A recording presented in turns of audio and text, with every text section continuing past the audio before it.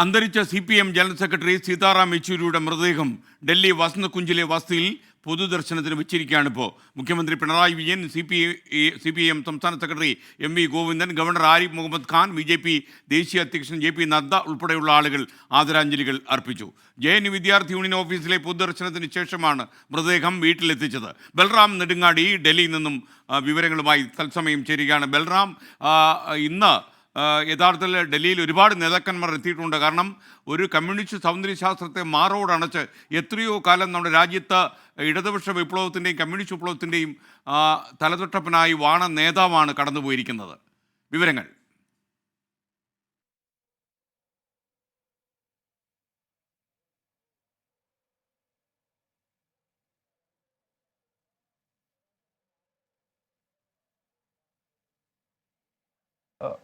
SKN Sitaram യെച്ചൂരിയുടെ മൃതദേഹം ഇപ്പോൾ അദ്ദേഹത്തിന്റെ വസന്ത് കുഞ്ചിലെ സെക്ടർ എയിലുള്ള വസതിയിൽ പൊതുദർശനത്തിന് വെച്ചിരിക്കുകയാണ്. അദ്ദേഹത്തിന്റെ അടുത്ത ബന്ധുക്കൾ, സുഹൃത്തുക്കൾ, കുടുംബാംഗങ്ങൾ എന്നിവർക്ക് അന്തിമോപചാരം അർപ്പിക്കുന്നതിന് വേണ്ടിയാണ് വസതിയിൽ ഇന്ന് വൈകിട്ട് പൊതുദർശനത്തിന് വെക്കാനുള്ള തീരുമാനം എടുത്തത്. എന്നാൽ അദ്ദേഹത്തെ ഒരു നോക്ക് കാണാൻ നാളെ പാർട്ടി ആസ്ഥാനത്ത് 11 മണിക്ക് പൊതുദർശനത്തിന് വെക്കുന്നതിന് മുമ്പായി തന്നെ അദ്ദേഹത്തെ ഒരു നോക്ക് കാണാനായി ആഗ്രഹിച്ചുകൊണ്ട് നിരവധി പേർ രാഷ്ട്രീയ മേഖലകളിൽ നിന്നും മറ്റിതര മേഖലകളിൽ നിന്നുള്ള ഒട്ടേറെ പേർ ഇവിടെ എത്തി അദ്ദേഹത്തിന് അന്ത്യാഞ്ജലികൾ അർപ്പിച്ചു. മുഖ്യമന്ത്രി പിണറായി വിജയൻ, CPIM സംസ്ഥാന സെക്രട്ടറി MV ഗോവിന്ദൻ, കൂടാതെ കേരള ഗവർണർ ആരിഫ് മുഹമ്മദ് ഖാൻ അടക്കമുള്ള നേതാക്കൾ ഇവിടെ എത്തി അദ്ദേഹത്തിന് അന്തിമോപചാരം അർപ്പിച്ചു. അല്പസമയത്തിനകം തന്നെ ആന്ധ്ര മുഖ്യമന്ത്രി ചന്ദ്രബാബു നായിഡു സീതാറാം യെച്ചൂരിക്ക് അന്തിമോപചാരം അർപ്പിക്കുന്നതിനായി അദ്ദേഹത്തിന്റെ വസതിയിലേക്ക് എത്തിച്ചേരും. SKN സൂചിപ്പിച്ചതുപോലെ തന്നെ തന്റെ പ്രത്യയശാസ്ത്രം ഉയർത്തിപ്പിടിച്ചുകൊണ്ട് തന്നെ ആ പ്രത്യയശാസ്ത്രത്തിന്റെ വളർച്ചയ്ക്കായി ജീവിതം ഒഴിഞ്ഞുവെച്ച അദ്ദേഹം എന്നാൽ മറ്റ് രാഷ്ട്രീയ പാർട്ടികളിലെ നേതാക്കളെയും സൗഹൃദം പങ്കിട്ടിരുന്നു.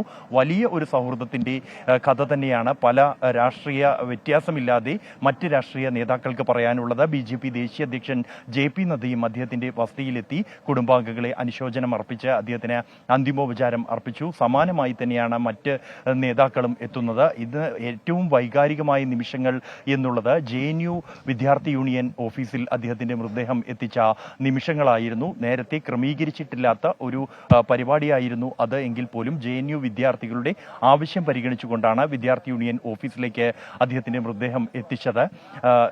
യെച്ചൂരിയെ സംബന്ധിച്ചിടത്തോളം അദ്ദേഹത്തിന്റെ ജീവിതരേഖ മാറുന്നത് ഈ JNUവിലെ പഠനകാലത്താണ്. അദ്ദേഹം ഇടതു പ്രസ്ഥാനവുമായി അടുക്കുന്നു, SFIയിലേക്ക് എത്തുന്നു. തുടർന്ന് അദ്ദേഹം ഒട്ടേറെ സമരമുഖങ്ങൾ കാണുന്നു. 3 തവണ JNU വിദ്യാർത്ഥി യൂണിയന്റെ പ്രസിഡന്റായി അദ്ദേഹം മാറുന്നു. ഇന്ദിരാഗാന്ധിയുമായി നേരിട്ട് തന്നെ ഒരു പോർമുഖം തുറന്ന സാഹചര്യം അടക്കമുണ്ടാകുന്നത് JNU പഠനകാലത്താണ്. ആ PhD പഠനം പാതി വഴിയിൽ ഉപേക്ഷിച്ചാണ് അദ്ദേഹം സജീവ രാഷ്ട്രീയത്തിലേക്ക് മാറുന്നതും പിന്നീട് CPIMന്റെ ജനറൽ സെക്രട്ടറി വരെ ആയി മാറുന്നതും. ആ വിദ്യാർത്ഥി കാലഘട്ടത്തിൽ അദ്ദേഹത്തിനുണ്ടായ സൗഹൃദങ്ങൾ തന്നെയാണ് ഇപ്പോഴും അദ്ദേഹത്തിനെ ഒരു നോക്കു കാണാനായി എത്തുന്ന ആളുകൾ പലരും JP നദ്ദ അടക്കമുള്ളവർ പങ്കുവയ്ക്കുന്നത്. അത്രത്തോളം വലിയ സൗഹൃദം അദ്ദേഹം ആ കാലയളവിൽ തന്നെ അദ്ദേഹത്തിന് ഉണ്ടാക്കിയിരുന്നു.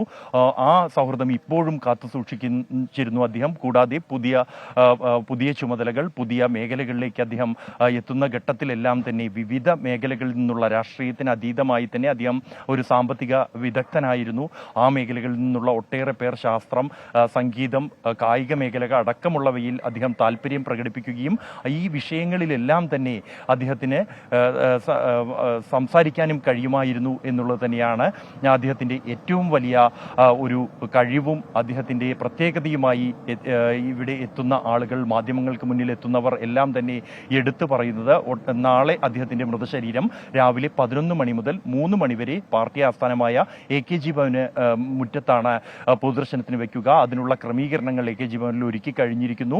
മറ്റ് സഖാക്കൾ, അദ്ദേഹത്തിന്റെ സുഹൃത്തുക്കൾ, മറ്റ് ആളുകൾ എല്ലാവരും തന്നെ AKG ഭവനിലായിരിക്കും എത്തുക. നാളെ വൈകിട്ട് 5 മണിക്കാണ് ഈ പൊതുദർശനത്തിന് ശേഷം വിലാപയാത്രയായി മൃതദേഹം AKG ഭവനിൽ നിന്നും അശോക റോഡിലെ 14 നമ്പർ വസതി വരെ വിലാപയാത്ര പോകും. ഈ അശോക റോഡ് 14 നമ്പർ വസതിയായിരുന്നു നേരത്തെ CPIMന്റെ കേന്ദ്ര കമ്മിറ്റി ഓഫീസായി പ്രവർത്തിച്ചിരുന്നത്. അതുവരെയായിരിക്കും മൃതദേഹം വിലാപയാത്രയായി പോവുക. അതിനുശേഷം എയിംസിലേക്ക് പിന്നീട് വാഹനത്തിൽ കൊണ്ടുപോകും മൃതശരീരം. എയിംസിലെ മെഡിക്കൽ വിദ്യാർത്ഥികൾക്ക് പഠനത്തിനായി സീതാറാം യെച്ചൂരിയുടെ മൃതശരീരം വിട്ടു നൽകും. അദ്ദേഹത്തിന്റെ തന്നെ ആഗ്രഹപ്രകാരമാണ് അദ്ദേഹത്തിന്റെ കുടുംബം ഇത്തരത്തിൽ എയിംസിനെ തന്നെ ഈ ശരീരം വിട്ടു നൽകാനുള്ള സമ്മതം അറിയിച്ചത്.